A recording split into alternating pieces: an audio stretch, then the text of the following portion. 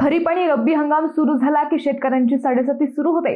एकीकडे अतिवृष्टीने खरीपाची पिके हातून गेली असताना आता रब्बीच्या हंगामापूर्वी वाढलेले खतांचे भाव व लिंकिंगच्या जबरदस्तीला तोंड द्यावे लागत आहे। शेतकऱ्यांची दरवेळी कोंडी केली जाते। रब्बीच्या उंबरठ्यावर रासायनिक खतांच्या किमतीत अचानक वाढ झाल्याने शेतकऱ्यांचे गणित कोलमडले आहे। प्रत्येक पिशवी मागे 200 ते 400 रुपयांची वाढ झाल्याचे सांगितले जाते। शिवाय कृषी विक्रेत्यांकडून खतांची लिंकिंग ही शेतकऱ्यांच्या मुळावर उठल्याच्या तक्रारी येत आहेत। रब्बी व खरीपात शेतकऱ्यांची कोंडी कशी होते, लिंकिंग म्हणजे नेमकं काय, सरकारचा नियम काय सांगतो, याच विषयीचा आमचा हा स्पेशल रिपोर्ट। नमस्कार, मी अद्वैता आणि आपण पाहत आहात अहिल्यानगर लाईव्ह 24। नगरी राजकारणाचं परफेक्ट अनालिसिस। परतीच्या पावसाने जिल्ह्याला झोडपले, शेतकऱ्यांच्या हातातोंडाशी आलेला घास हिसकावला। दिवाळीत सरकारने नुकसान भरपाईची थोडीफार मदत केल्यानंतर शेतकऱ्यांच्या दारापुढे दिवा पाजळला। पूर्ण खरीप हातातून गेल्यानंतर आता रब्बीच्या पेरण्या कशा करायच्या हा प्रश्न आहे। शेतकऱ्यांची हीच गरज ओळखून त्यांना प्रति हेक्टर 10,000चे अनुदान देण्याचा निर्णय सरकारने घेतलाय। आता ही मदत कधी मिळेल ते पाहावे लागेल, परंतु त्यापूर्वी शेतीचे गणित पुन्हा एकदा अवघड होऊन बसले आहे। ऐन रब्बीच्या अगोदर रासायनिक खतांच्या किमतीत वाढ झाल्याच्या तक्रारी येऊ लागल्या आहेत। रासायनिक खतांच्या किमती 200 ते 400 रुपयांनी वाढल्याचे शेतकऱ्यांचे म्हणणे आहे। एकीकडे अतिवृष्टी, उत्पादन खर्चातील वाढ, तर दुसरीकडे बाजारभावाची अनिश्चितता, अशा संकटात सध्या अहिल्यानगर जिल्ह्यातील शेतकरी सापडला आहे। रब्बीतील गहू, हरभरा आणि ज्वारीसाठी सध्या शेतकऱ्यांची तारेवरची कसरत सुरू आहे।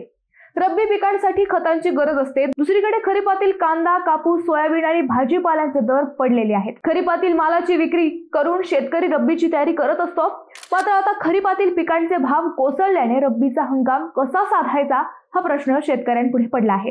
सरकार हेक्टरी 10,000ची मदत देणार असला तरी वाढलेल्या खतांच्या व बियाणांच्या किमतीत पेरणीचे गणित कसे साधायचे हा खरा प्रश्न आहे। खरीप व रब्बी या दोन्ही हंगामात खत विक्रेते लिंकिंगची जबरदस्ती करतात, अशी ओरड असते। यावेळी ही रब्बीच्या हंगामापूर्वी अशीच लिंकिंगची जबरदस्ती करण्यात येत असल्याच्या तक्रारी येऊ लागल्या आहेत। रासायनिक खतांसोबत वॉटर सोल्युबल फर्टिलायझर, मायक्रोला आणि मायक्रोरायझा हे उत्पादन जबरदस्तीने विकले जात असल्याचा आरोप शेतकऱ्यांनी केला आहे। सध्या युरिया 18:46:00, 15:15:15, 10:26:26 अशा प्रकारच्या इतर खतांसोबत अनावश्यक खते, औषधे लिंकिंगची सक्ती केली जात असल्याचे बोलले जात आहे।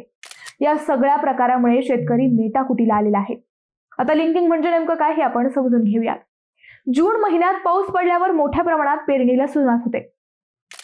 साधारणतः सप्टेंबर-ऑक्टोबर मध्ये रब्बी हंगाम सुरू होतो। अशा वेळी काही मोजक्या बियाणांची मागणी अधिक असते। मागणी वाढल्याने साहजिकच काही खतांच्या कंपन्यांना लूटमारीचा चान्स मिळतो। अनेकदा कृषी व्यवसायांकडून अशा बियाणांची कृत्रिम टंचाई निर्माण केली जाते, जी लोकप्रिय व विश्वासार्ह आहेत अशा बियाणांची मागणी वाढते। ही बियाणे हवी असतील तर त्यासोबत इतर औषधे, इतर कंपनीचे बियाणे तसेच मागणी नसलेली बियाणे विकत घेण्यास सक्तीचे करण्यात येते। यामुळे शेतकऱ्यांची इच्छा नसतानाही त्यांना मागणी नसलेले आणि इतर खताची आणि बियाणांची खरेदी करावी लागते। विशेष म्हणजे त्याचा आर्थिक भारही शेतकऱ्यांनाच झेलावा लागतो। अनेक कंपन्या जाणीवपूर्वक लिंकिंगची सक्ती व्यापाऱ्यांवर करतात आणि तीच सक्ती कृषी चालक शेतकऱ्यांवर करतात। जेवढे लागेल तेवढे न मिळता शेतकऱ्यांना इतर अनेक कृषी प्रॉडक्ट नाईलाजाने खरेदी करावे लागतात। यालाच लिंकिंग असे म्हणतात। या प्रकाराचा दुकानदारांनाही फटकाच बसतो। तो कसा ते आपण पाहू। खते ही MRP पेक्षा जास्त दराने विकता येत नाहीत। दुसरीकडे खतांचे डेपो जिल्ह्यातील ठराविक डीलरकडेच असतात। तेथून अनेकदा किरकोळ विक्रेत्यांकडे माल पोहोच केला जात नाही। पोहोच झालाच तर त्याला दळणवळण द्यावे लागते। दुसरीकडे खत कंपन्यांकडून मिळणारे मार्जिन आणि दळणवळणाचे भाडे अनेकदा विक्रेत्यांना परवडत नाही असा सूर निघतो। शिवाय स्थानिक पातळीवर अनेकदा माल उधारीवर विकावा लागतो, परंतु कंपन्या रोख पेमेंट घेऊन माल देतात। हा ताळमेळ साधण्यासाठी विक्रेत्याला अनेकदा कर्ज घेऊन हा धंदा करावा लागतो।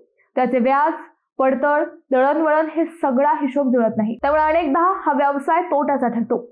शिवाय लिंकिंगचे भूत मानगुटीवर असते। अनेक खतांच्या व बियाणांच्या कंपन्या विक्रेत्यांनाच लिंकिंगने माल पुरवतात, त्यामुळे विक्रेत्यांनाही नाईलाजाने शेतकऱ्यांनाही तो माल लिंकिंगनेच द्यावा लागतो। या व्यवहारात अनेकदा खत विक्रेते व दुकानदारांचे खटकेही उडतात। याच प्रकरणाला कंटाळून नेवासा तालुक्यातील खत विक्रेते असोसिएशनने गेल्या वर्षी थेट खत विक्रीचा परवाना रद्द करण्याची धमकी सरकारला दिली होती। खत कंपन्यांच्या मनमानीला कंटाळून हा निर्णय घेण्यात आला होता। आता यावर सरकार काय करतंय ते आपण पाहू। शेतकरी व खत विक्रेत्यांचा संघर्ष नवा नाही, त्यामुळे खरीप व रब्बी हंगामात कृषी विभागाकडे अनेकदा तक्रारींचा पाऊस पडतो। सगळ्या कंपन्यांना लिंकिंगची सक्ती न करण्याच्या सूचना सरकारने दिल्या आहेत। शिवाय प्रत्येक जिल्ह्यात कृषी विभागाने धाड पथकेही तैनात केली आहे।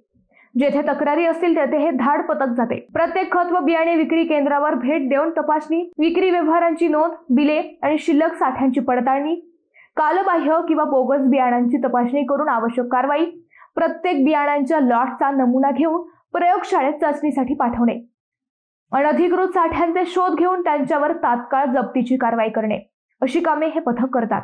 परंतु तरीही शेतकऱ्यांची साडेसाती संपत नाहीये। मित्रांनो, तुम्हाला या विषयावर काय वाटतं ते आम्हाला कमेंट करून नक्की कळवा। शिवाय व्हिडिओ आवडला असेल तर चॅनलला सबस्क्राईब करून व्हिडिओला लाईक करायला विसरू नका। पुन्हा भेटू नव्या विषयावर, तोपर्यंत धन्यवाद।